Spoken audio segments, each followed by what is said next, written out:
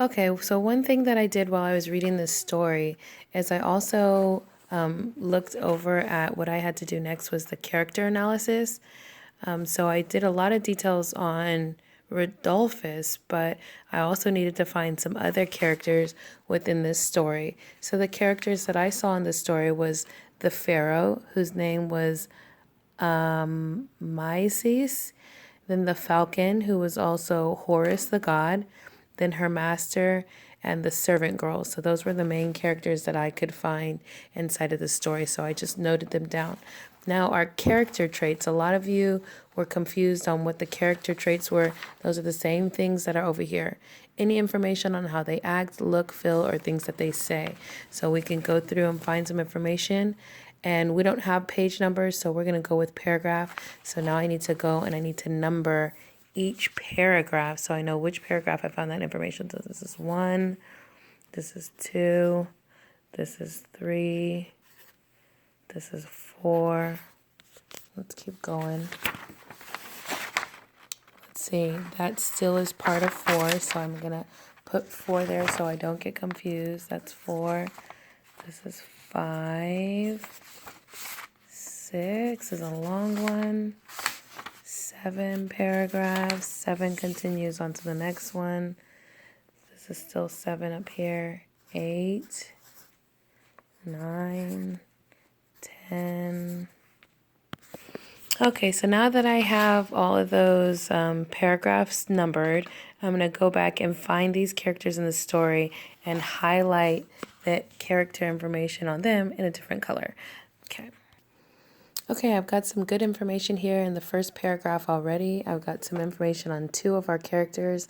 The man who is her master. So I can put down that he's kind and old and that he spent his time sleeping. And then I've got the other servant girls. We have some descriptions on how they look, so I can add that information in. Okay, so I'm reading through this thing again. Guess what? You might have to read it more than once. So if somebody asked me, how do you know that the old man was kind? In the story to support that, it said here that he ordered her a special pair of slippers. So that is one way to prove that he was kind. And if I said that the servant girls were mean, something to support that is some dialogue here, and that they used to shout that stuff at her. Okay, because this is a pretty short story, it's not full of too much information, which is good for your writing. You don't have to write too much. I don't know if you read the story close enough, you would have seen that there was a little error in the story. They should have written the word this instead of his there. Those of you who got it, good job.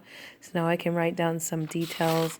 Not too much information on the falcon god Horus, but there was some information on the pharaoh Amasis, that he was bored and he liked adventure. How do I know that he liked adventure? Because he said he'd rather be riding across the desert in a chariot. And riding on a chariot sounds like adventure, and that he wanted some distraction. And so he was going to look for that girl who had the slipper, who of course was Rodolphus. So now I can record that information on this page. So Pharaoh was my first one, and all of the information for him was in paragraph 7. So bored, adventurous, and a ruler. That was all in paragraph 7 at the beginning of the bottom of this page and top of this page.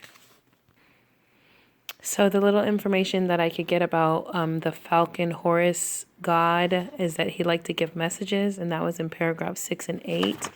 Paragraph 6, the falcon came and swept up the slipper, and she knew that it was a message.